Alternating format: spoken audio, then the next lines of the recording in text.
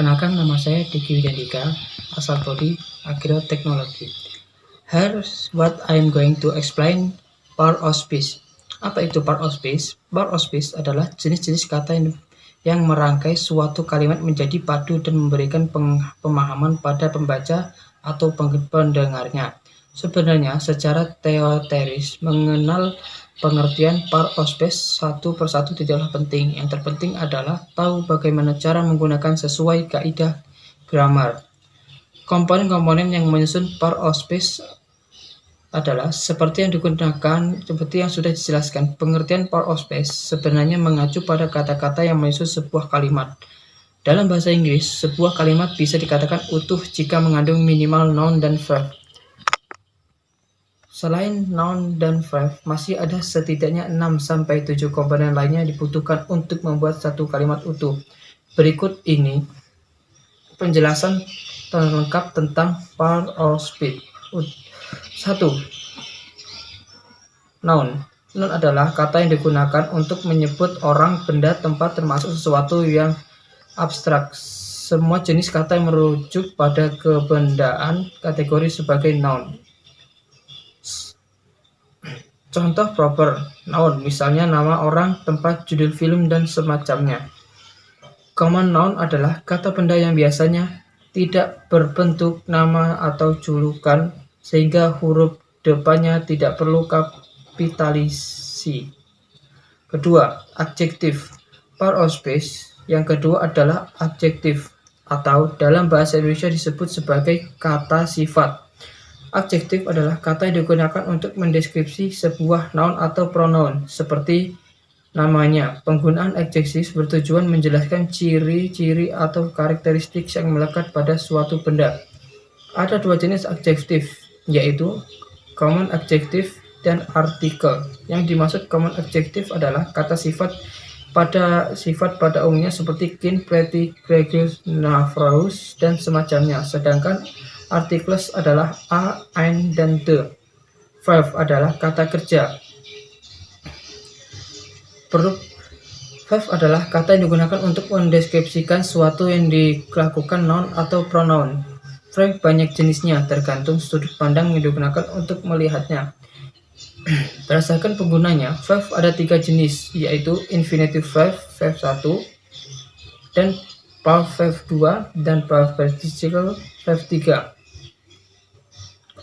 4. Pronoun. Pronoun adalah kata yang digunakan untuk menggantikan noun. Secara umum, pronoun terdiri dari I, you, we, they, he, she, it.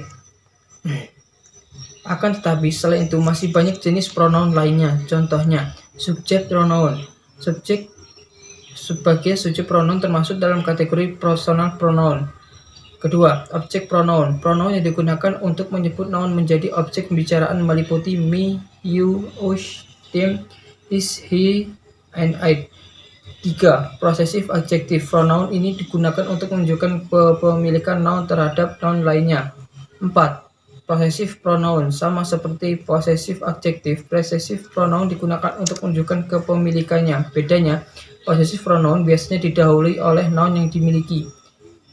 5. Refleksi pronoun. Pronoun yang digunakan untuk merefleksi pada diri sendiri. Selain ketiga tipe pronoun yang utama, ada beberapa jenis pronoun lainnya. Contohnya, demonstrative pronoun, relative pronoun, infinitive pronoun, interrogative pronoun, reticular pronoun, intensive pronoun. Kelima, adverb. Adverb adalah kata yang digunakan untuk memberikan kata sifat kepada verb. Tujuan dari penggunaan adverb adalah menjelaskan informasi tambahan mengenai verb yang dilakukan. Misalnya, saat kamu berlari, kamu bisa berlari dengan sangat cepat atau lambat. Keempat adverb tersebut ada contoh keempat adverb. Contohnya, 1. Adverb of manner, adverb yang menggambarkan perilaku. 2. Adverb of place, adverb yang menggambarkan lokasi. 3. Adverb of time, adverb yang menggambarkan jangka waktu. 4. Adverb of frequency, adverb yang menggambarkan derajat intensitas. 6. Determiner. Determiner termasuk ke dalam adjektif, akan tetapi dalam bahasa ini keduanya sengaja dipisahkan karena determiner punya banyak jenis. Determiner memiliki setidaknya 9 jenis yang berbeda-beda. Contohnya, 1. Definitive articles, 2.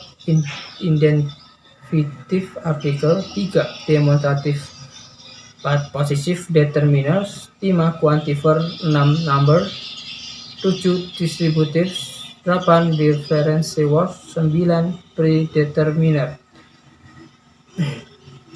7. Preposition. Preposition adalah kata yang digunakan untuk menghubungkan noun, pronoun, atau frasa lainnya yang ada di dalam sebuah kalimat. Kalimat yang membutuhkan preposition jadi tidak memiliki makna yang kehilangan prepositionnya. Ada beberapa jenis tipe preposition. Contohnya, 1. Preposition of time. Preposisi yang digunakan untuk menunjukkan bentuk waktu. 2. Preposition of place. Preposisi yang digunakan untuk menunjukkan tempat. 3. Preposition of movement. Preposisi yang digunakan untuk menunjukkan pergerakan atau perpindahan. 8. Conjunction. Sama halnya seperti preposition, conjunction fungsinya juga menghubungkan dua kalimat menjadi satu kesatuan. Akan tetapi bedanya, dua kalimat yang digabungkan kuncinya sebenarnya bisa berdiri sendiri-sendiri. Penggunaan kunci dipilih untuk membuat pengucapan dua kalimat tersebut lebih efisien. Ada 3 contoh conjunction yang bisa kita contoh. Contohnya, 1. Coordination conjunction, 2. Correlative conjunction, 3. Subordinating conjunction. 9. Injection. Injection adalah kata tambahan yang sebenarnya tidak memiliki arti, tidak masuk ke dalam kamus bahasa Inggris, tapi sering digunakan untuk mengekspresikan perasaan pembacanya. Beberapa contoh injection yang paling umum digunakan native misalnya well, yep, no, dan seterusnya. Contoh kalimat dengan part of space lengkap. Noun plus verb. Sekian penjelasan tentang part of space dari saya. Saya akhiri. Assalamualaikum warahmatullahi wabarakatuh.